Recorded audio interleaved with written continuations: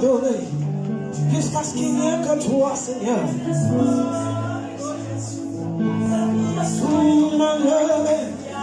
Cœur ouvert comme le ciel, nous t'élevons plus haut.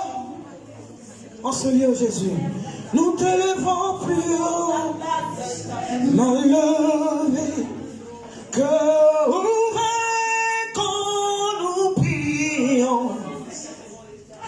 Nous t'élevons plus haut dans nos vies, Yoshua. Nous t'élevons plus haut. Nous t'élevons plus haut dans nos vies, Seigneur. Dans nos projets, Seigneur. Nous t'élevons plus haut. Dans notre façon d'adorer Jésus, nous t'élevons plus haut. Nous t'élevons plus haut. Nous t'élevons plus haut. Nous t'élevons plus haut. Nous t'élevons plus haut. Dans nos services, Seigneur. Nous t'élevons plus haut.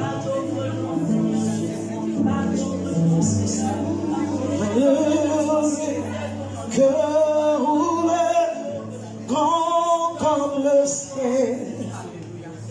Nous t'élevons plus haut.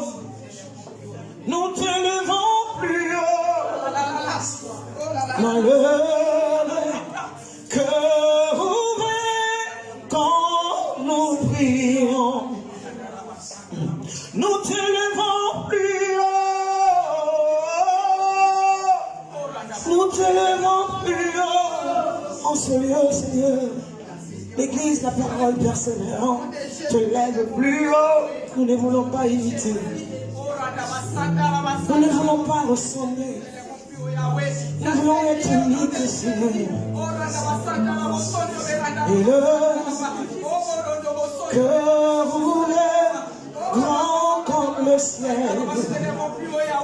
Nous t'élevons plus haut. Alléluia.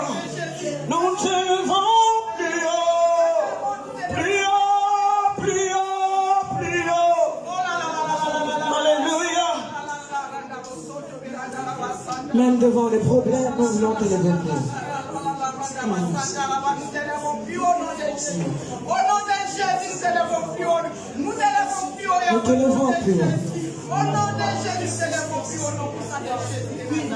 Nous t'élevons plus haut, Yahweh. Nous t'élevons plus haut. Nous t'élevons plus haut. Point d'autres dieux. Point d'autres prophètes. Point d'autres dieux. Alléluia. Au nom de Jésus.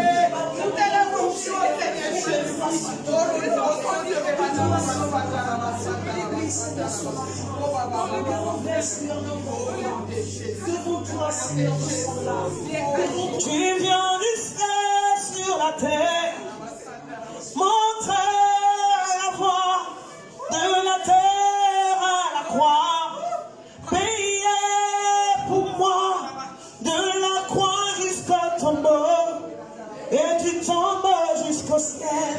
Seigneur, j'aime élever ton nom.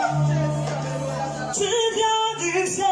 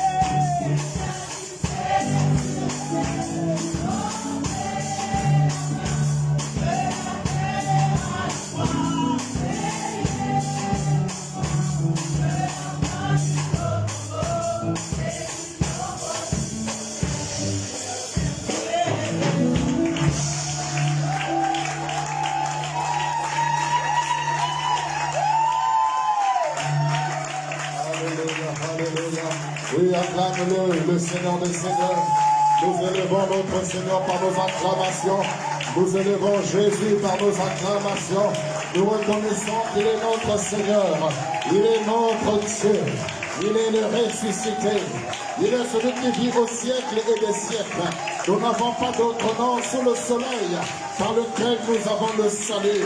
Nous n'avons pas d'autre nom sous le soleil par lequel nous avons la guérison. Nous n'avons pas d'autre nom. Le nom de Jésus. Le nom de Jésus. Le nom qui nous a été donné au-dessus de tout autre nom. En son nom, tout genou fléchit. En son nom, toute langue confesse qu'il est Seigneur.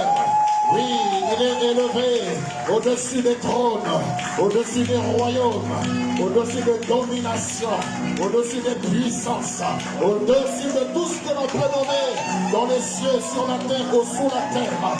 Nous avons un nom, un seul nom, un seul nom, un seul nom, plein de puissance, un seul nom, plein d'autorité, un seul nom qui renverse les autorités et les dominations. Le nom de Jésus, le nom de Jésus. Alléluia, Seigneur. Oh, donne-nous encore de comprendre ton cœur. Donne-nous encore de comprendre l'enjeu de ce nom que tu nous as donné. Donne-nous encore de comprendre, Seigneur, le temps dans lequel nous sommes. Donne-nous de comprendre encore, Seigneur, l'importance de nous rapprocher, de nous approcher de toi, Seigneur. Donne-nous encore de comprendre l'importance, oh, la grâce, la faveur, le privilège que nous avons de te connaître, oh grand Dieu. Merci, Seigneur. Oh Jésus, louange et honneur à toi.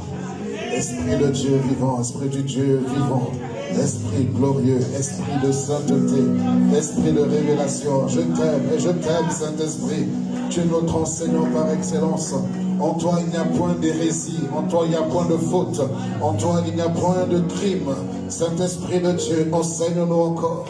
Parle-nous encore de la part du Seigneur, notre Dieu, pour que nous comprenions le temps dans lequel nous sommes et que nous vivions pleinement, au nom de Jésus, le plan du Père.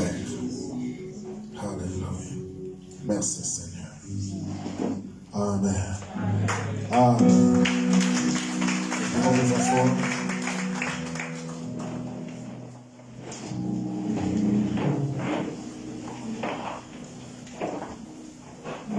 Bonjour, peuple de Dieu.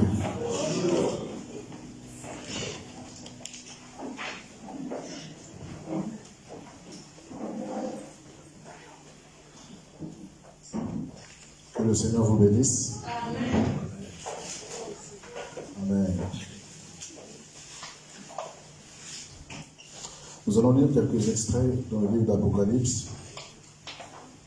Et ensuite, on va se laisser conduire par l'Esprit, parce que le Saint-Esprit est en train de changer mon message. Alors, je vais me laisser conduire par lui. Apocalypse, chapitre 17.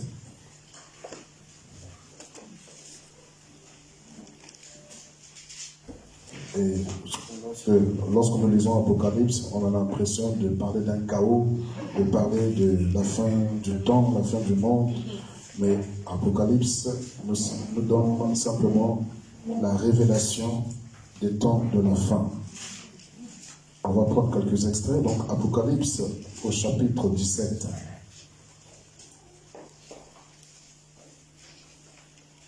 À partir du verset 1er.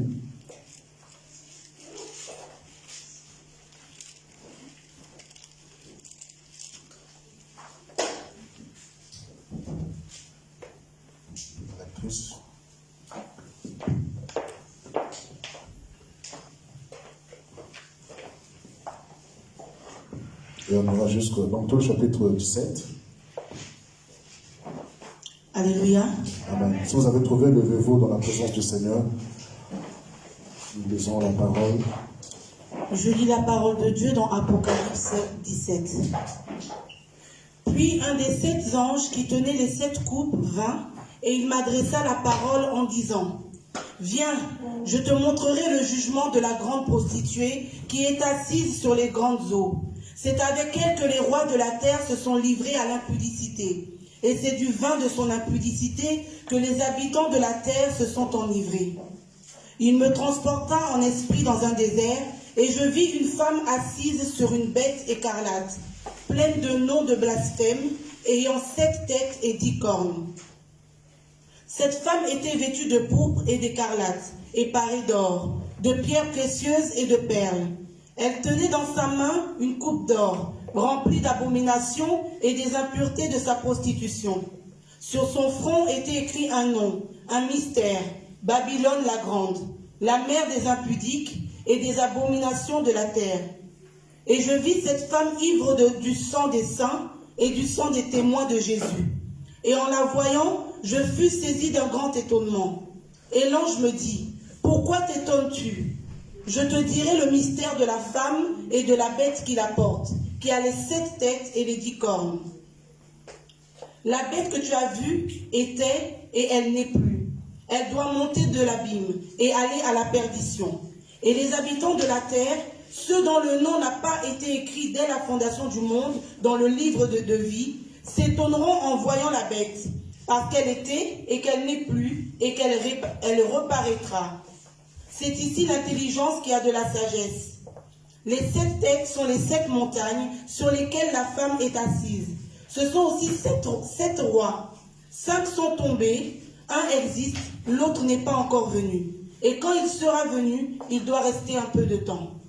Et la bête qui était et qui n'est plus est elle-même un 8e roi. Et elle est du nombre des 7. Et elle va à la perdition. Les 10 cornes que tu as vues sont 10 rois qui n'ont pas encore reçu de royaume, mais qui reçoivent autorité comme rois pendant 1 heure avec la bête. Ils ont un même dessein et ils donnent leur puissance et leur autorité à la bête.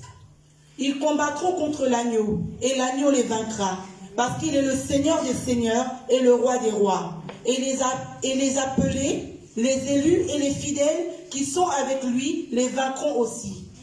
Et il me dit, les eaux que tu as vues, sur lesquelles la prostituée est assise, ce sont des peuples, des foules, des nations et des langues.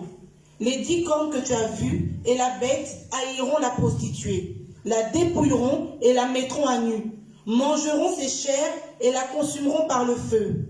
Car Dieu a mis dans leur cœur d'exécuter son dessein et d'exécuter un même dessein, et de donner leur royauté à la bête, jusqu'à ce que les paroles de Dieu soient accomplies. Et la femme que tu as vue, c'est la grande ville qui a la royauté sur les rois de la terre. Amen. Amen. Amen. Alors nous allons prendre Apocalypse 18. Après cela, je vis descendre du ciel un autre ange qui avait une grande autorité, et la terre fut éclairée de sa gloire. Il cria d'une voix forte, disant, elle est tombée, Babylone la grande. Elle est devenue une habitation de démons, un repère de tout esprit impur et un repère de tout oiseau impur et odieux, parce que toutes les nations ont bu du vin de la fureur et de son impudicité, et que les rois de la terre se sont livrés avec elle à l'impudicité, et que les marchands de la terre se sont enrichis par la puissance de son luxe. Alléluia. Et nous continuons, frères et sœurs, par rapport toujours à ce verset. On va donc au verset 10. Apocalypse 18, verset 10. Se tenant éloignés dans la crainte de son tourment, ils diront, malheur, malheur, la grande ville Babylone, la ville puissante, en une seule heure est venu ton jugement. On continue, verset 11. Et les marchands de la terre pleurent et sont dans le deuil à cause d'elle, parce que personne n'achète plus leur cargaison.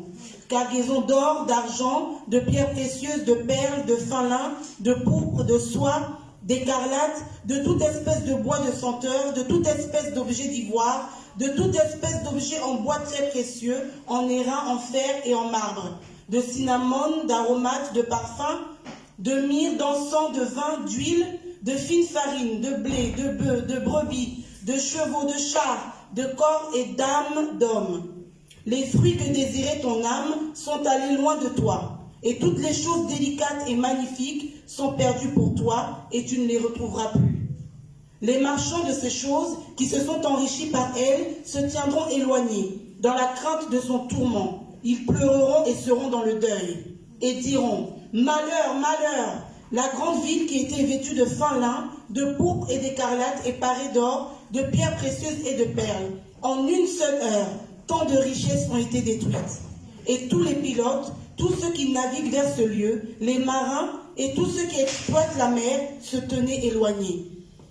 Et il s'écriait en voyant la fumée de son embrasement. Quelle ville était semblable à la grande ville? Ils jetaient de la poussière sur leur tête, ils pleuraient et ils étaient dans le deuil. Ils criaient et disaient, malheur, malheur, la grande ville, où se sont enrichis par son opulence tous ceux qui ont des navires sur la mer. En une seule heure, elle a été détruite. Amen. Amen. Amen. Que le Seigneur bénisse sa parole et nous enseigne au nom de Jésus.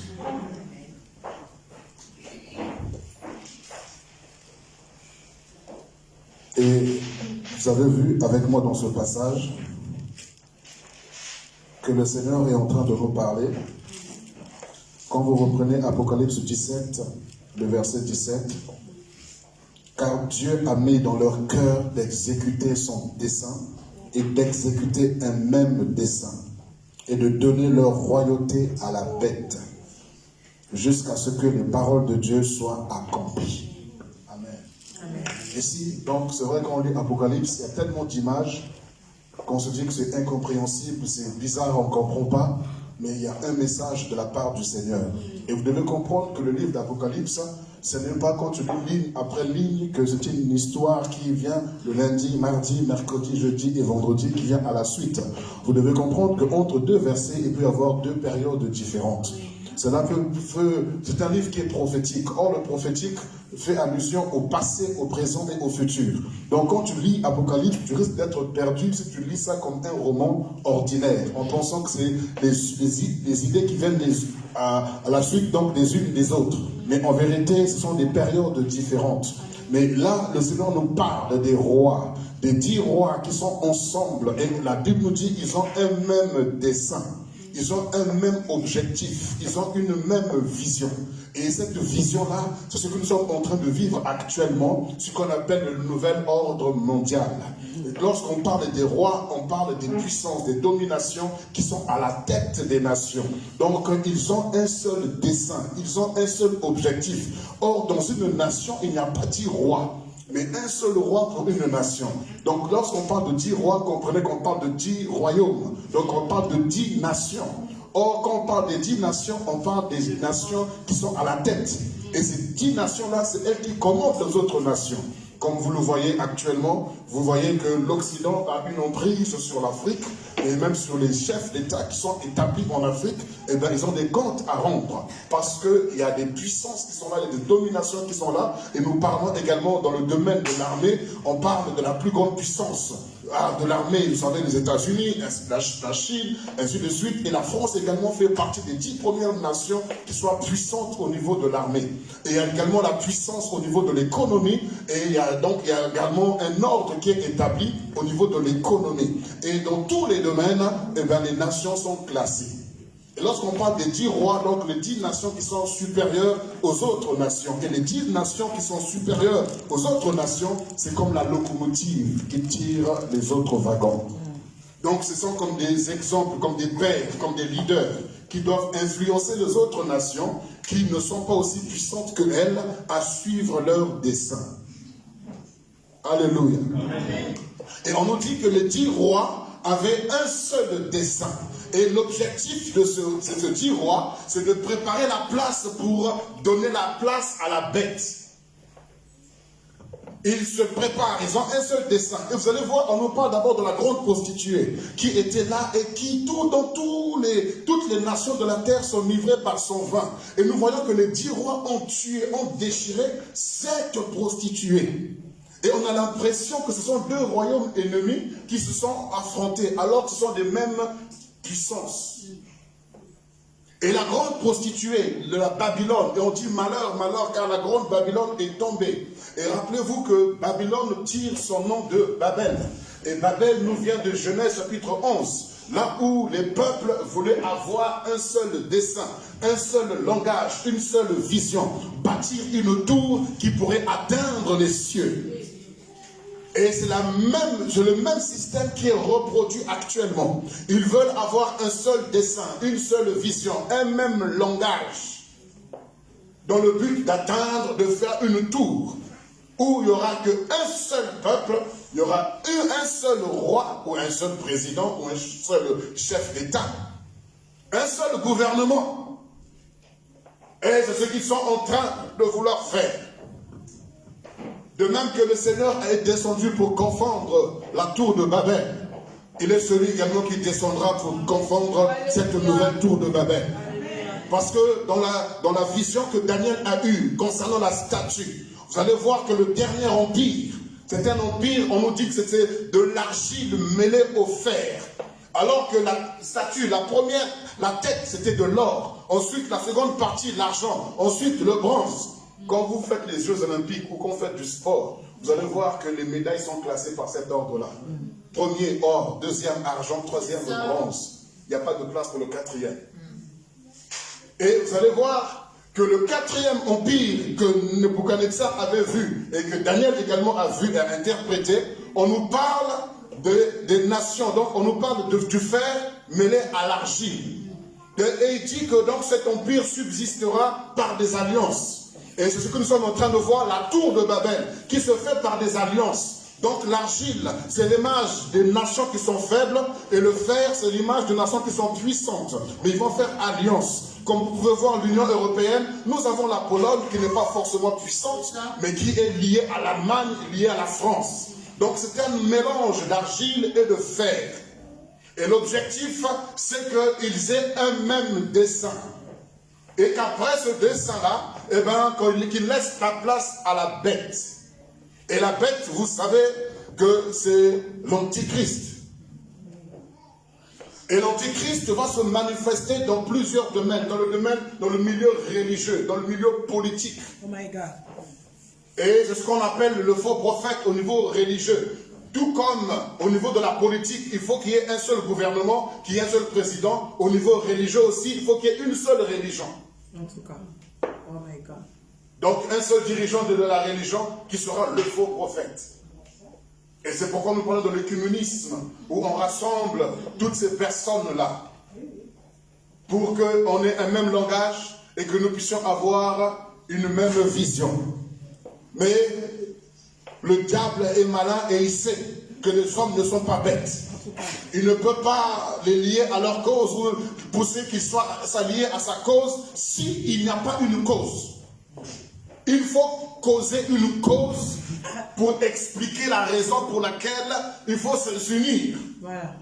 C'est pourquoi au niveau politique, ils ont un ennemi en commun qu'on ne voit jamais. L'islamisme ou l'islam radical. On n'a jamais vu. Ils créent eux-mêmes un ennemi commun pour donner une excuse à leur cause. Et cela également touche la religion. Mettons-nous tous ensemble pour être contre un ennemi commun. Lorsque M. Bush a voulu attaquer l'Irak, il fallait trouver une cause valable pour pouvoir attaquer l'Irak. Voilà. Non, il y a des armes. D'armement sont des armes vraiment terribles, des armes lourdes.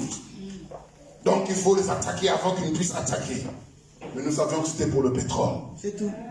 C'est tout. Mais vous pensez vraiment que c'était pour le pétrole seulement? Tout n'est pas fait pour rien. Le malin, le diable a commencé depuis le jardin d'Éden.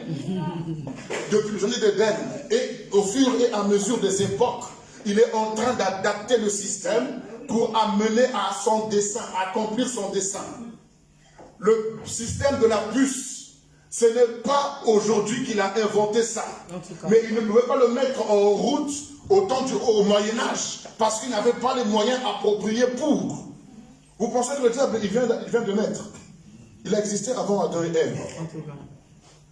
Et il a un système bien élaboré, qui est déjà mis en place, qui est déjà mis en route. Et la Bible nous dit qu'il est descendu parmi nous, plein de fureur et de colère, sachant qu'il n'a que très peu de temps.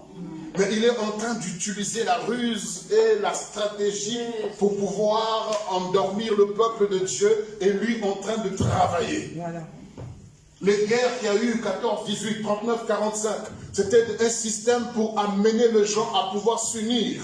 C'est comme ça qu'après le 39-45, il y a eu donc la naissance de l'Union européenne, qu'on appelait autrefois d'abord la CEE, Communauté économique européenne. Et avant ça, d'abord, c'était la CECA, Communauté économique donc du charbon et de l'acier. Donc c'était d'abord ça, parce qu'il faut d'abord qu'une libre circulation des biens avant qu'une libre circulation de personnes. Donc d'abord le charbon, parce que c'était l'énergie de l'époque. C'était donc les trains marchaient avec le charbon, l'énergie pour chauffer les maisons c'était le charbon. Donc il y avait des échanges entre les différentes nations qui faisaient partie de cette alliance. Parce qu'au départ c'était une alliance restreinte. C'était ce qu'on appelait le Benelux avec la France. Et donc le Benelux qui renfermait donc le Luxembourg, la Belgique et la Hollande, ainsi que la France et l'Allemagne. Et ensuite, donc, cette union-là, cette CECA s'est élargie jusqu'à devenir la CEE. Et après cela, il y a eu donc ce qu'on appelle l'Union européenne dans laquelle nous sommes actuellement. Voilà. Pourquoi? Parce qu'ils se sont dit qu'on a trop fait la guerre, on est détruit, on est cassé, ça ne sert à rien, mettons-nous ensemble. C'est le système de la tour de Babel qui se remet ensemble. Mais il fallait trouver une cause. Et la cause est que la guerre a tout saccagé. Il faut reconstruire nos villes, il faut reconstruire nos nations. Et c'est ainsi qu'il y a eu donc cette union qui est née. Et après la Première Guerre mondiale, il y a eu le partage également de l'Afrique comme un gâteau. Depuis l'Europe, ils se partagent pour dire que toi tu prends ce morceau, toi tu prends ça, toi tu prends ça. Que chacun reste dans son coin. Et c'est ce qu'on appelle donc les colonies. Et aujourd'hui, on a enlevé le mot colonie, mais on a laissé le mot coopérative ou coopération. Quand vous voyez le franc CFA, en vérité, c'est toujours la France qui est là, au-dessus de ce système. C'est tout à fait. Et donc, c'est eux qui contrôlent notre monnaie.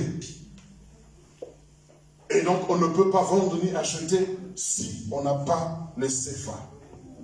Et le CFA est inférieur à l'euro ou au franc français. Et donc, ce sont les 10 nations qui sont à la tête. Je suis en train de dire, je suis filmé sur Facebook. Si ma mère est en prison, je m'en fous. Il faut que vous compreniez ces choses, frères et sœurs. Parce que si on se tait, on a peur de la prison, je pense que l'évangile n'ira pas loin. Nous avons trop peur de pouvoir dire les choses clairement et que l'église soit éveillée. Parce que l'église est tellement dans la religion, tellement dans les chiches, dans les caprices, qu'elle ne comprend pas l'enjeu du nom de Jésus que nous avons. Nous ne comprenons pas l'importance de prier, d'être ensemble. Nous ne comprenons pas l'importance de la communion fraternelle. Le diable est en train de nous distraire, de nous diviser. Pendant ce temps, lui, il est en train de réunir ses forces. Il est en train de rassembler ses rois, en train de rassembler ses leaders dans un seul objectif, qu'ils amènent l'ordre mondial. Les 10 rois avaient un seul objectif, d'avoir un seul dessein. Et actuellement, ce qui se passe maintenant, ce n'est qu'un entraînement. C'est un entraînement pour amener les gens à se préparer à ce qui est cet ordre mondial. Mais on ne peut pas non plus fédérer les nations s'il n'y a pas une cause en commun. Tout à fait. Donc il fallait créer une cause en commun pour expliquer le fait d'être ensemble et d'avoir un seul ordre. Et cette cause-là, eh bien c'est la pandémie, c'est la maladie. Ils ne peuvent plus faire la guerre.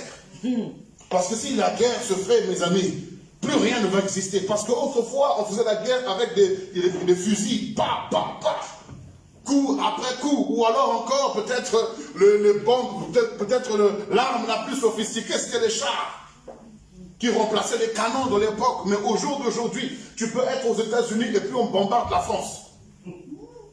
Tu peux être en France et puis on bombarde l'Afrique.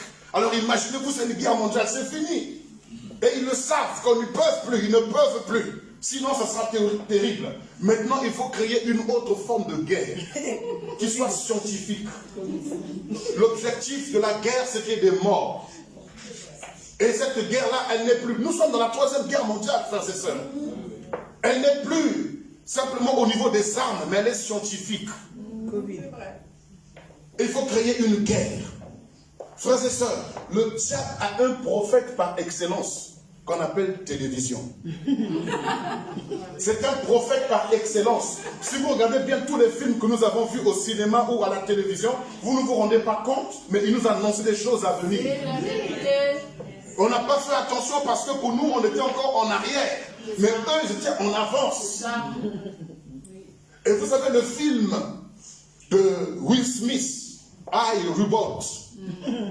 I, Robot, ce qui signifie donc I, le mot I, là, dans tous les mots I de iPhone, iPad, I signifie intelligence. Et chez Samsung, il ne peut pas prendre le même mot, ils ont pris le mot smart, qui signifie toujours intelligence. Donc l'intelligence robot, ça fait que c'est un film qui révèle le futur, qui dit que le futur donc sera contrôlé par l'intelligence artificielle. Et cette intelligence risque de dominer les hommes. Nous sommes contents quand nous avons Google à la maison. Ok Google, allume la lumière. Ting, tu as vu? Google a obéi. Hein? Ok Google, allume le four. Ting, tu as vu? Google a obéi. Hein? Ok Google, passe l'aspirateur. Parce que tout est connecté. Mais vous avez vu dans iRobot que tout ce système était contrôlé par une machine qui était la bête. Et cette machine-là a donné l'ordre à tous les robots. Parce que nous sommes en train de remplacer l'homme par le robot. Nous sommes en train de remplacer l'intelligence que Dieu nous a donnée par l'intelligence artificielle. Nous avons des aspirateurs à la place du balai. Nous avons des machines à mixer à la place du mortier. Nous avons remplacé le naturel par l'artificiel. Mais alors, maintenant, on nous dit que toutes ces choses peuvent être connectées. Il veut que l'homme soit fainéant, alors que Dieu a dit l'homme doit être actif. L'homme doit dominer. Mais l'homme a donné l'intelligence au robot. Et ce robot-là, maintenant, vont contrôler l'humanité. C'est-à-dire qu'on ne pourra plus rien faire parce que Google t'a déjà localisé. Il sait où tu es. Et il donne l'information à la bête. Donc tout est connecté. Nous sommes en train de donner l'intelligence. Et quand on donne cette intelligence-là, notre capacité de réfléchir, elle se repose. Et quand elle se repose, toi tu deviens maintenant esclave. Tu deviens dépendant puisque tu es esclave de ce à quoi tu obéis.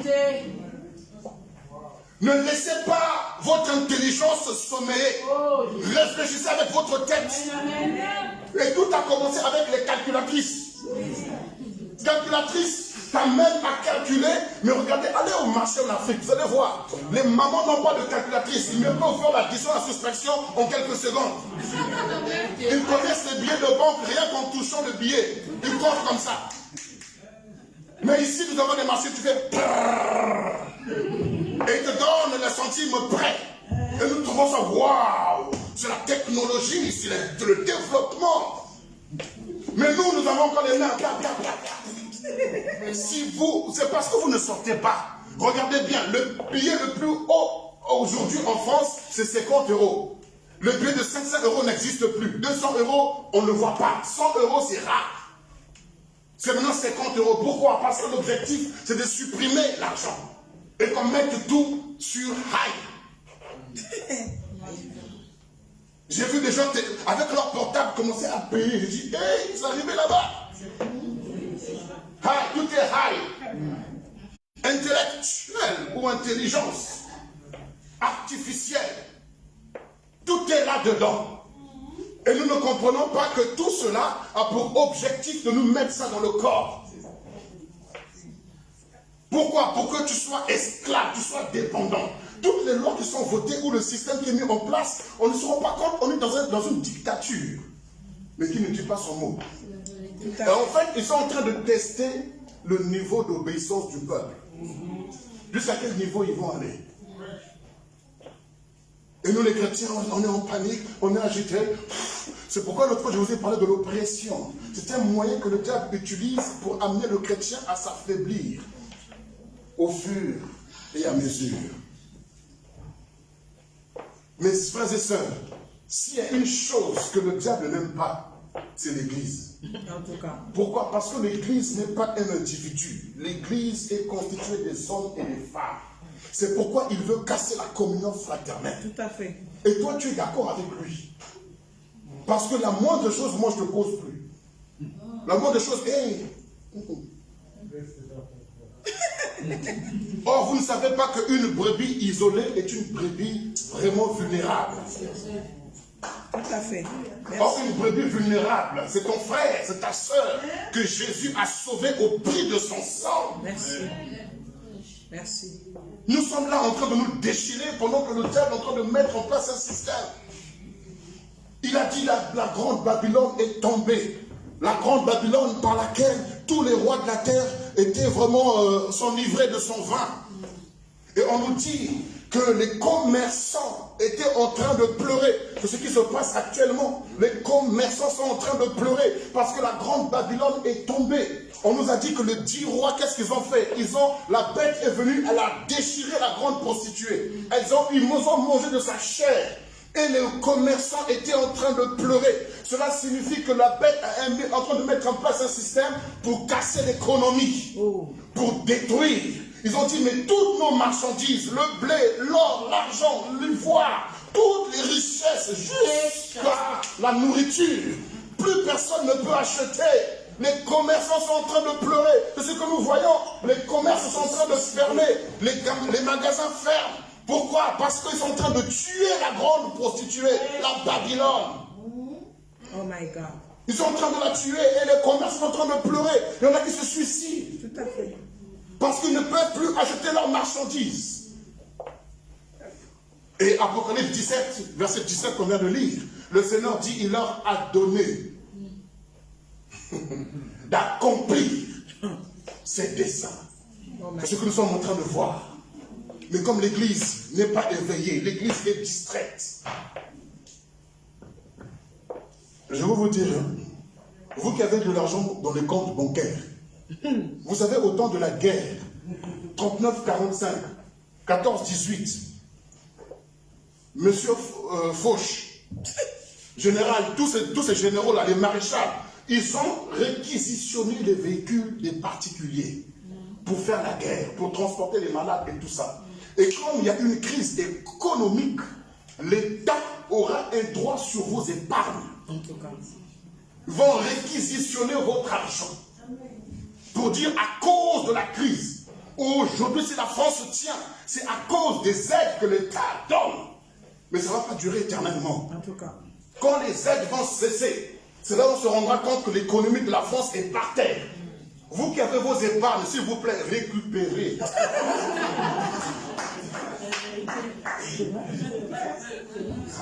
Vous riez, hein? Ok. Déjà en 2016, une loi a été votée que l'État a le droit de pouvoir saisir vos épargnes. Continuez. Ou assurance vie, assurance mort, assurance naissance, assurance tout ça là. Bloqué. C'est la vérité. Oh my God. Alors, il faut que, au lieu d'avoir une intelligence artificielle, l'Église doit avoir l'intelligence spirituelle. L'Église doit marcher par l'Esprit. S'ils ont un prophète qu'on appelle la télévision, nous avons l'Esprit de Dieu qui nous conduira dans toute la vérité et qui nous annonce les choses à venir. Il y a un placement que tu dois faire. Regardez bien, vous savez, on a lu ce verset souvent rapidement, Matthieu chapitre 6. Du verset 19 au verset 21. Est-ce que vous me suivez? Très bien. Matthieu chapitre 6. Du verset 19 au verset 21. Alléluia, je lis la parole, Matthieu 6, verset 19 à 21. Ne vous amassez pas des trésors sur la terre, où la teigne et la rouille détruisent, et où les voleurs percent et dérobent. Mais amassez-vous des trésors dans le ciel, où la teigne et la rouille ne détruisent point, et où les voleurs ne percent ni ne dérobent. Car là où est ton trésor, là aussi sera ton cœur. Amen. Amen. Vous savez pourquoi beaucoup ne veulent pas mourir? Parce que leur argent encore sur le compte. Ils ont encore de l'argent sur le compte bancaire. Si je m'en vais là, comment créer mon argent? Tu ne veux pas mourir parce que tu vois ton placard rempli de vestes et de costumes, des chaussures. Ah! Non, quel gâchis. Tu ne veux pas mourir parce que quand tu vois ta villa, ah! Non, quel gâchis. Là où est ton trésor, là aussi sera ton cœur. Il dit, ne vous amassez pas de trésors sur la terre. Parce que là, il y a la ruine et la rouille également. Et c'est ce qui est en train de se passer. Il y a la ruine qui est là et il y a la rouille qui est là. Et vous risquez de pleurer vos économies. Et des gens bientôt qui seront dans la joie d'avoir un travail. Des gens qui étaient dans les bureaux, ils seront même heureux d'avoir un travail pour aller servir quelque part. Pourquoi? Parce qu'il n'y aura plus d'économie, il n'y aura plus d'épargne. Donc ils vont vivre au jour le jour. Ils ont besoin d'avoir une ressource. Mais ils sont natifs de cette nation. Ils vont aller où? Mais toi qui viens d'ailleurs, est-ce que tu penses un peu ailleurs où tu viens?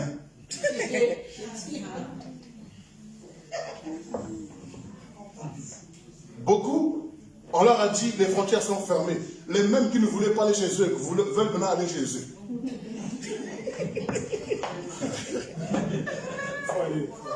Les parents à qui tu n'as pas fait le Western Union, même si la douane te laisse passer, eux ils ne vont pas te laisser passer. Tu viens faire quoi ici? Tu nous as envoyé quoi? Tu as construit quoi? Allez, va vite dehors. Débrouille-toi. Chez toi, on te met dehors. Pourquoi? Parce que vous n'avez pas la notion de votre terre de naissance.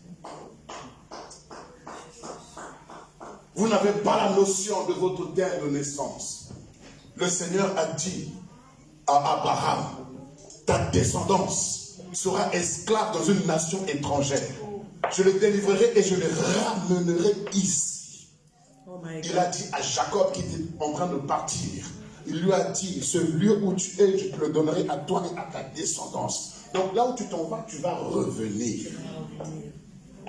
Joseph, lorsque Jacob est mort, il a dit, ne laissez pas mes os ici en Égypte. Joseph a dit, ne laissez pas mes os ici en Égypte. Amenez-les là où Dieu avait promis qu'on devait être. Même les os, il est en train de se soucier de ces os. Ne les laissez pas ici. Parce que je sais que je ne pourrai pas avoir la terre d'où je viens. Mais je vous en supplie, amenez mon corps là-bas ou mes os là-bas. Oh my Mais God. si lui qui est vivant sait que étant mort, ses os doivent reposer quelque part dans la terre promise, c'est toi qui es vivant. Si tu as tourné le dos à ton pays de naissance, comment ça te repentit? Dieu ne t'a pas amené ici pour aller manger les allocations familiales et puis le pôle emploi. Je me demande même si c'est Dieu qui t'a amené ici.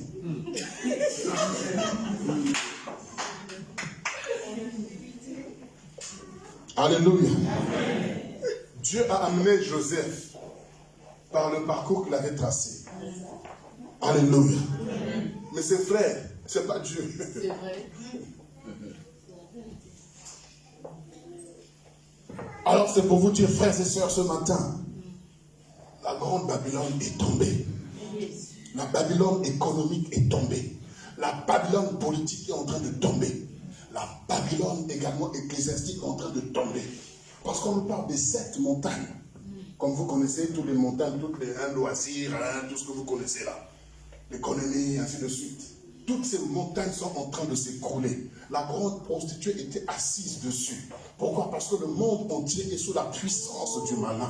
Et on nous dit que les grandes eaux sur lesquelles elle était assise, ce sont des peuples, des nations, des langues. Donc ça signifie le monde, c'est le monde. Elle est assise, elle contrôle le monde entier. Le système de l'économie est contrôlé par une puissance. Et cette puissance sera déchirée. Et les commerçants vont pleurer. Des navires, des pilotes vont pleurer. Vous avez vu comment ça s'est passé avec Air France. Vous avez vu comment de plusieurs compagnies sont en train de fermer. On parle des pilotes. Apocalypse parle des pilotes. Des navires. On nous parle des navires qui sont bloqués au port. Parce qu'il n'y a personne pour acheter les marchandises. Confinement, couvre-feu. Télétravail. Toutes ces choses-là font que l'économie, ils sont en train de détruire eux-mêmes. Vous avez vu, non? Ils ont mangé sa chair. Yeah! Cette grande prostituée qui était là, toutes les nations de la terre venaient auprès d'elle pour s'en livrer de son vin. Mais maintenant, eux-mêmes sont en train de déchirer cette prostituée. Oh my God. Eux-mêmes. Wow. Eux-mêmes sont en train de tuer l'économie. Et Dieu dit, je suis en train de les obliger à accomplir mon dessein. Wow. C'est marqué dans la Bible. Hein? Ce que nous vivons là, c'est écrit dans la Bible. Maintenant, l'Église doit faire quoi? Et c'est pourquoi Romain nous a toujours dit, l'apôtre Paul a dit, ne vous conformez pas au siècle présent, mais soyez transformés par le renouvellement de l'intelligence. Soyez prophétiques, voyez loin. Vos économies qui dorment là dans des comptes en banque, faites des investissements quelque part, où vous savez que ça va marcher. L'Église a souffert en train de souffrir. Vous avez beaucoup d'argent sur vos comptes bancaires. Oh Seigneur, vraiment que monsieur... Non, je m'arrête là, sinon le Dieu, c'est à cause du pasteur. Non, je ne dis rien. Vos épargnes seront réquisitionnées.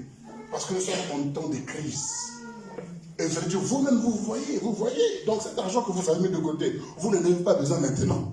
Donc laissez-nous l'utiliser et après, plus tard. Jamais. On va jamais. On nous parle de l'argile et du fer. Quand vous voyez l'Italie aujourd'hui, le Portugal aujourd'hui, sont des nations qui sont par terre économiquement parlant. Ils sont endettés à plus de 140% de leur PIB. Donc ils ne pourront pas rembourser les dettes. Alors, comprenez, frères et sœurs, que l'heure est arrivée où l'Église doit lever la tête. L'Église doit relever la tête pour dire, je sors de la distraction. Je sors de toutes ces formes de religiosité. Je veux chercher la face de mon Dieu. Je veux comprendre le temps dans lequel je suis. Je veux réellement être une antenne pour recevoir la fréquence du ciel et transmettre la bonne information. Transmettre le bon message. Parce que l'Église est la seule puissance capable de converser avec le Créateur. Tout à fait. Capable de décider. Nous sommes des députés établis par le Seigneur. On n'a pas été élus par les hommes. Nous avons été élus par Dieu. Maintenant, étant cette députée-là, la Bible nous dit que nous sommes l'Ecclésia. Ecclésia signifie donc l'assemblée. Donc nous sommes cette assemblée-là qui devront prendre des décisions. Mais nous sommes en train de regarder et d'autres sont même aveugles. On doit prier, Seigneur, comme a prié Élisée pour son serviteur. Ouvre-lui les yeux afin qu'il voie. Seigneur, nous avons besoin de voir ce qui se passe dans ce temps. Nous avons besoin de saisir l'environnement dans lequel nous sommes pour que nous prions avec précision, que nous prions avec exactitude. Frères et sœurs, vous allez voir que ce que vous avez cherché avec prière et jeûne, Dieu l'a déjà libéré dans vos vies. La puissance qui est dans l'Église, elle est plus forte que celle qui était au commencement. Ne cherche pas à prier pour dire, Seigneur, fais de moi comme l'Église primitive. C'est trop petit. L'Église primitive était encore Église bébé, une Église naissante. Aujourd'hui, il vient chercher une Église mature, une Église qui a atteint la stature parfaite de Christ. Donc ne cherche pas à être comme l'Église primitive. Cherche à grandir jusqu'à devenir l'épouse. Quand on parle de l'épouse, nous avons le même niveau que Adam. Qui est notre Adam? C'est Jésus. Donc nous avons la capacité, car la Bible dit que tout est possible à celui qui croit. Tout est possible à celui qui croit. Or, qui croit si ce n'est l'épouse du Seigneur? C'est pourquoi l'Église doit se lever. Frères et sœurs, tu dois te lever. Arrête la distraction. Te lever, c'est pas seulement prier, mais c'est poser des actes concrets qui vont changer l'histoire. Qui vont changer l'histoire. Ne marche pas dans la peur, ne marche pas dans l'angoisse, ne marche pas dans le stress. Pendant qu'on nous dit frontières fermées, il y a des gens qui voyagent et qui vont faire des affaires. Quand tu rêves dans la peur, non, ne tentez pas, le virus circule. Donc le virus circule, moi aussi je circule. Chacun son chemin, chacun sa route. Alléluia. Donc le virus circule, où je fasse quoi? Que je reste garde à vous et que je laisse circuler jusqu'à quand il va circuler. Pendant un an, je peux rester garde à vous. Circulons-nous vivants. Alléluia. C'est important, frères et sœurs, que nous comprenions ce matin que nous devons être éveillés. Quand je prends l'avion, je vois le vol est plein. Moi, je me dis, j'aurais 3 sièges à moi seul, tu pars. À côté, tu as un voisin. À droite, tu as une voisine. Et vous êtes dedans et vous partez. Et ils s'en vont faire des affaires. Pendant ce temps, toi, tu es ici, tu as peur parce que le virus circule. Continue à être masqué, continue à rester là. Quand tu vas te réveiller, ce sera trop tard. Tu risques d'arriver chez toi et être locataire chez toi. Oh my God. Parce que l'hindou aurait pris ta maison. Le chinois aurait pris ton terrain. Oh God. Toi, tu vas arriver, il n'y a plus rien pour toi. Chez toi, il n'y a plus rien. Levons la tête, levons la tête. Vous aimez, on aime la France. Merci Seigneur pour cette nation. Nous bénissons la France. Nous aimons la France, mais nous avons une terre natale. Nous avons une terre natale. Nous devons prier en faveur de notre nation. On doit prier pour la France qui nous a accueillis, qui nous a donné tout ce que nous avons reçu. Mais nous devons aussi penser là où nous venons. Si tu avais divorcé avec ta nation natale, il faut te repentir. Parce que frères et sœurs, Dieu n'est pas insensé pour te faire naître là où tu es né. Tu n'es pas né là-bas par hasard. Tu es né là-bas pour un but bien précis. Dieu a fait naître Moïse parmi les Hébreux et non pas parmi les Égyptiens. Dieu sait pourquoi. Et quand il a trouvé, quand il a su qu'il était hébreu, il s'est débarrassé. Voilà. Il s'est débarrassé du titre qu'il avait, parce que c'est seulement un titre. Le fils de la fille du pharaon. Il s'est débarrassé de ce titre pour être au milieu de son peuple. Mais toi, parce que tu manges le camembert, tu manges le bleu, tu manges tout ça là, et tu as oublié que d'où tu viens. Et tu es en train de, oh, regardez comment ils vivent, oh là là, c'est dégueulasse, oh là là, oh, ça pue, oh. Hé, mon frère, ma soeur, tu as oublié que ce sont ces odeurs-là qui ont constitué le corps de ta maman, qui lui ont donné la force pour te pousser et tu sors. Maintenant tu commences à parler comme je ne sais pas comment, oh là là, il n'y a pas de oh là là, retourne là-bas.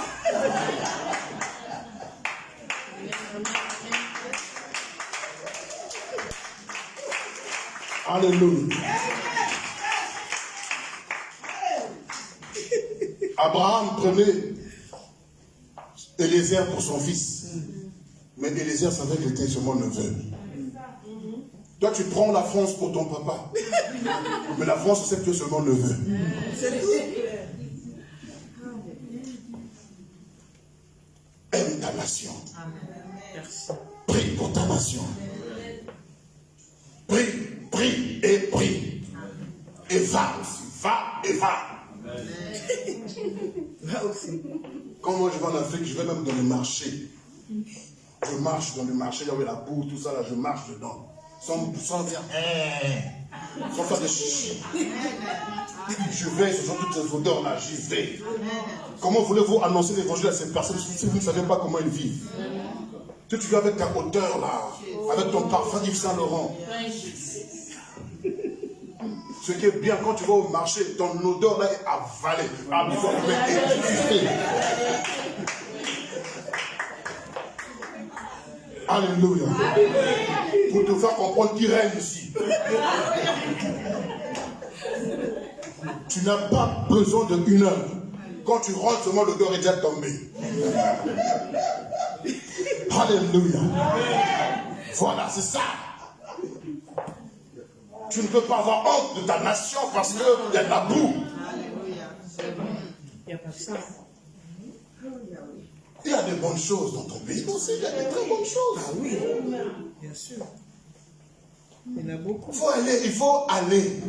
Il y a des agences qui nous ont facilité, tu peux payer le billet en 4 fois. Vas-y, sans frais même, ou même avec les frais, c'est pas grave, va. Oui, mais qu'est-ce que je veux manger sur place? C'est ça ton problème. En vérité, c'est pas ça le problème. Le problème, c'est que ma valise là, je vais mettre quoi dedans? Mais mets ce que tu as avec la force que tu as. Si tu as des vêtements seulement du marché, mets ça dedans. Beaucoup d'entre nous ne veulent pas retourner à cause de la valise. La valise, la valise. Même la valise doit avoir une marque. Louis Vuitton.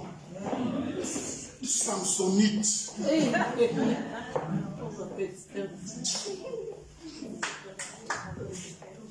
Toi, tu voyages une fois tous les 3 ans que tu vas acheter une Samsonite qui dure des années et des années. Ça devient un monument dans ta maison. Ah, ça c'est quand j'étais parti. Ça fait combien de temps? Ah, on dirait il y a 5 ans, il y a 6 ans, il y a... Oh, prends une valise même qui va te durer sur le voyage. Si tu n'es pas habitué au voyage. Tu as investi des valises pour lesquelles tu ne voyages même pas. Alléluia. Est-ce que nous sommes là ce matin? Église, réveillons-nous, réveillons-nous.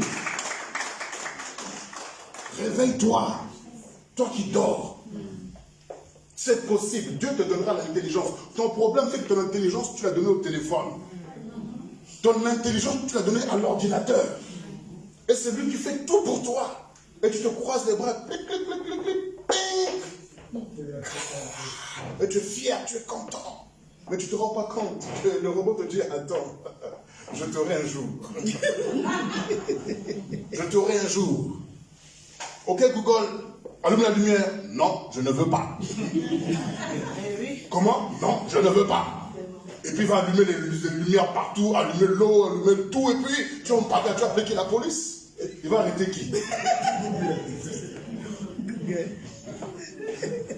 Alléluia. Frères et sœurs, soyons éveillés. Oui, merci. Merci. Soyons éveillés. C'est pourquoi je vous encourage, frères et sœurs, à retrouver votre vie de prière. Vous savez, les lois qui sont en train d'être votées contre les églises évangéliques, là où nous sommes en train de parler, ils sont en train de siéger au Sénat et au Parlement concernant les tenues de culte évangéliques. Ce ne sera pas la persécution, mais ce sera les restrictions. Ils veulent nous restreindre à certaines choses.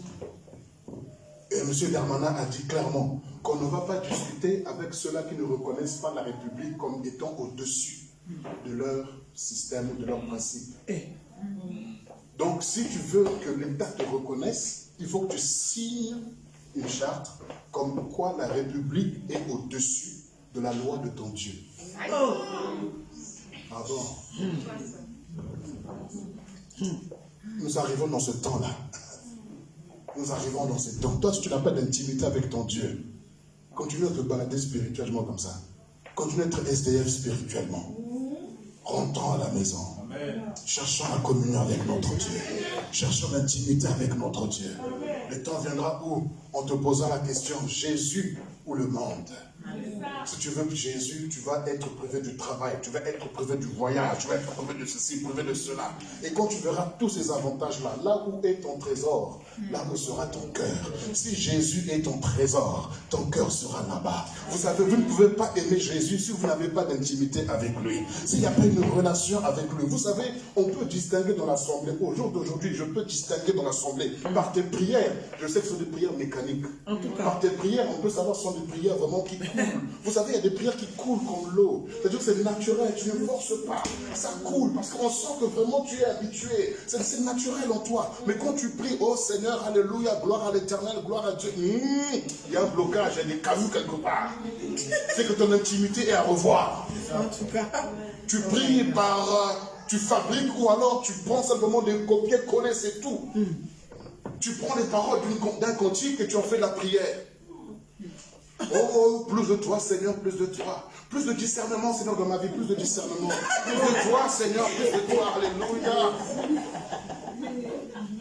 Tu as fait quoi? Là, tu as fait quoi? Tu as fait quoi? Rien. Donc c'est pourquoi, frères et sœurs, je vous implore, vraiment je vous en supplie, parce que je veux que nous soyons tous sauvés. Amen. Développons l'intimité avec le Seigneur maintenant. Arrêtons la distraction. Cherchons sa face. Cherchons le Seigneur tel qu'il est. Qu'il donne, qu'il ne donne pas.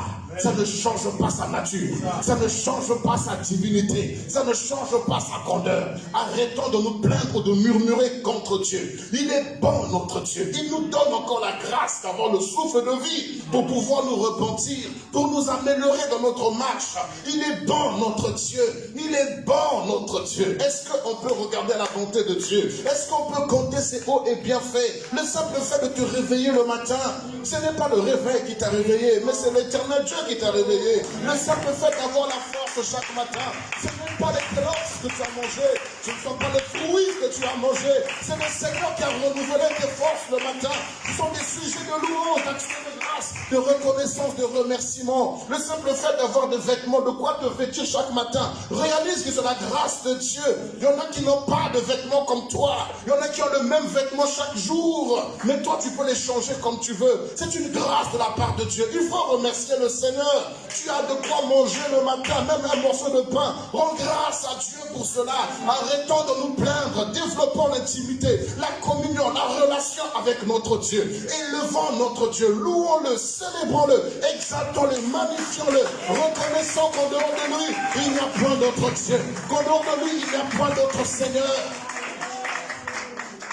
Si tu perds tout autour de toi, mais moi, garde ta relation avec ton Dieu. Amen. Tu perds tout autour de toi. Garde ton intimité avec ton Dieu. Les gens t'abandonnent, te trahissent, te rejettent, te critiquent. Que cela ne t'empêche pas d'avoir ton intimité, ta relation avec ton Dieu. Parce que ce n'est pas ce que les hommes diront de toi qui va te sauver, mais ce que le Seigneur dira ou pense de toi qui t'amènera plus loin. Merci. C'est l'heure, frères et sœurs, de l'intimité avec notre Dieu. L'heure vient, elle est déjà là, où les vrais adorateurs adoreront le Père en esprit et en vérité. C'est l'heure, frères et sœurs. Vous savez, quand vous êtes des adorateurs, vous verrez Dieu au travers de votre frère. Vous verrez Dieu au travers de votre sœur. Il n'y aura pas de place pour la haine. Il n'y aura pas de place pour la rancune. Il n'y aura pas de place pour la méchanceté. Non, parce que tu vois Dieu au travers de ton frère. Tu vois Dieu au travers de ta sœur. Parce que Dieu est en ton frère. Dieu est en ta sœur. Oh my God. Oh my God. Amen. Revois ton intimité avec Dieu. Et vous savez, un seul signe que je vous donne pour reconnaître votre relation avec Dieu, la manière dont vous lui donnez. Amen. La première des choses, quand tu n'es plus fidèle à la dîme, ça révèle que tu as un problème avec ta relation avec Dieu. C'est clair. Quand tu n'es plus fidèle dans les offrandes, c'est que quelque part, ta relation avec Dieu. Parce que quand tu aimes, le premier réflexe, c'est donner. Et tu ne donnes pas ce qui est superficiel, tu donnes le meilleur. Parce que tu aimes tellement. Dieu a tant aimé qu'il a donné ses orteils. Dieu a tant aimé qu'il a donné ses ongles. Dieu a tant aimé qu'il a donné ses cheveux. Qu'il a donné foi, vous dites encore. Unique. Hein? Vous voyez, le sentiment le plus proche de l'amour, c'est donner. Tu ne peux pas aimer ne pas donner, c'est pas possible. Donc si tu veux savoir dans quel niveau est ta relation avec Dieu, regarde à la manière dont tu donnes. Ah, mais je n'ai rien. Si tu n'as rien, c'est que tu avais déjà avant d'avoir, de ne plus avoir. C'est passé où? Tu as fait quoi? Ah, voilà le silence maintenant. Amen. Si tu aimes Dieu, la première des choses, c'est d'abord Dieu. Retrouvons notre intimité avec le Seigneur. Durant tout ce mois de février, nous allons parler de cette intimité avec Dieu. Parce que les l'heure que l'Église, j'ai béni le Seigneur pour le message du pasteur Jocelyn dimanche dernier, qui nous parlait de la prière. Et j'ai eu le temps de l'écouter également, d'écouter ce message. Et oui, frères et sœurs, c'est l'heure de la prière. C'est l'heure de l'intimité avec le Seigneur. C'est l'heure de chercher le Seigneur encore davantage. Et ne sachant pas qu'il prêchait ce message, moi, j'avais le séminaire là-bas, c'était l'intimité avec Dieu. Pendant 3 jours, j'ai enseigné sur l'intimité avec Dieu. Et j'ai vu le Seigneur faire son œuvre dans son église. Et on bénit le Seigneur parce que c'est l'heure de l'intimité avec son Dieu. Il est temps de le connaître Dieu, de le connaître réellement, de le connaître. Vous savez, souvent nous avons une mauvaise image de notre Dieu. Laissez-moi vous dire que Jésus ne s'arrête pas aux 4 évangiles. Jésus ne s'arrête pas aux épîtres. Il est plus grand que les épîtres. Il est plus grand que ce que les évangiles lui disent de lui qu'il est. Il est plus grand que cela. Il est plus grand, cherchons-le à le connaître, cherchons à le connaître, cherchons l'intimité avec lui. Je vous assure, plus vous êtes intime avec le Seigneur, vous savez, vous n'avez pas forcément besoin d'ouvrir la bouche. Rien qu'une pensée, elle se concrétise, elle se réalise. Parce que celui qui s'attache au Seigneur est avec lui un seul esprit. Or, quand ton esprit est connecté à Dieu, tu n'as pas forcément besoin d'ouvrir la bouche pour parler. Jésus a dit, Seigneur, si je prie, ce n'est pas parce que je n'ai pas confiance en toi, mais si je prie, c'est à cause d'eux, afin qu'ils sachent, afin qu'ils voient que je suis ton serviteur, ton fils, et que tu es Dieu. Du moins comment il s'appelle, Élie a dit la même chose, que l'on sache que tu es Dieu, que je suis ton serviteur. Mais moi je sais déjà que je suis ton serviteur. J'ai une intimité, j'ai une relation avec toi. Mais si j'ouvre la bouche, Seigneur, c'est pour qu'ils entendent et qu'ils voient la concrétisation de ce qui sort de ma bouche. Mais moi, en vérité, toi et moi, je n'ai pas besoin de parler. Rien que la pensée suffit pour créer ce qui n'existe pas. Ah, vous n'avez pas compris, c'est pourquoi je veux pas. Développons l'intimité avec le Seigneur. Développons, recherchons la prière. Recherche davantage à prier, à prier, à prier, à prier. Pour dire, Seigneur, me voici, Seigneur. Révèle-toi à moi, parle-moi, Seigneur. Enseigne-moi, forme-moi, bâtis-moi, transforme-moi. Fais de moi, Seigneur, une antenne relais, Seigneur, que je reçois ta pensée et que je puisse relayer, Seigneur, ta pensée fidèlement et que ceux qui me suivent au travers de la télévision, que, Seigneur, je sois à ta fréquence pour transmettre ta vision. Ceux qui me suivent, Seigneur, au travers de ce micro, qu'ils reçoivent ta pensée, Seigneur. Ceux qui marchent et qui vivent avec moi, que rien que ma présence, Seigneur, leur transmette ta gloire, ta présence, la guérison. Amen. Si vous avez cette soif avec le Seigneur, heureux ceux qui ont faim et soif de la justice, car ils seront rassasiés. Heureux ceux qui ont faim et soif de Dieu, comme la biche soupire après les courants d'eau. Ainsi mon âme a soif du Dieu vivant. Oui, si tu as soif du Dieu vivant, frères et sœurs, il va te remplir. Quand tu as soif de Dieu, le travail ne te dit plus rien. Quand tu as soif de Dieu, les factures ou quoi ne te disent plus rien. Quand tu as soif de Dieu, tout ce que tu cherches, c'est de lui parler, de trouver. C'est comme quelqu'un qui a besoin de uriner.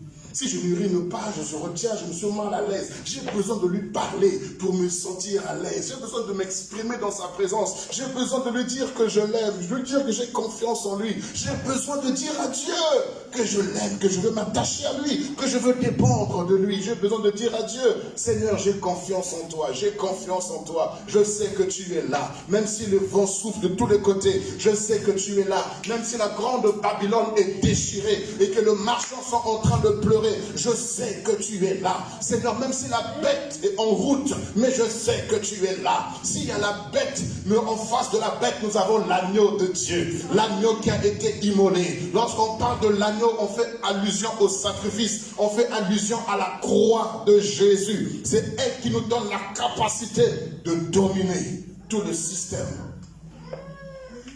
de Babylone. Alléluia. Oh Seigneur, aie pitié de nous. On va se lever dans la présence du Seigneur.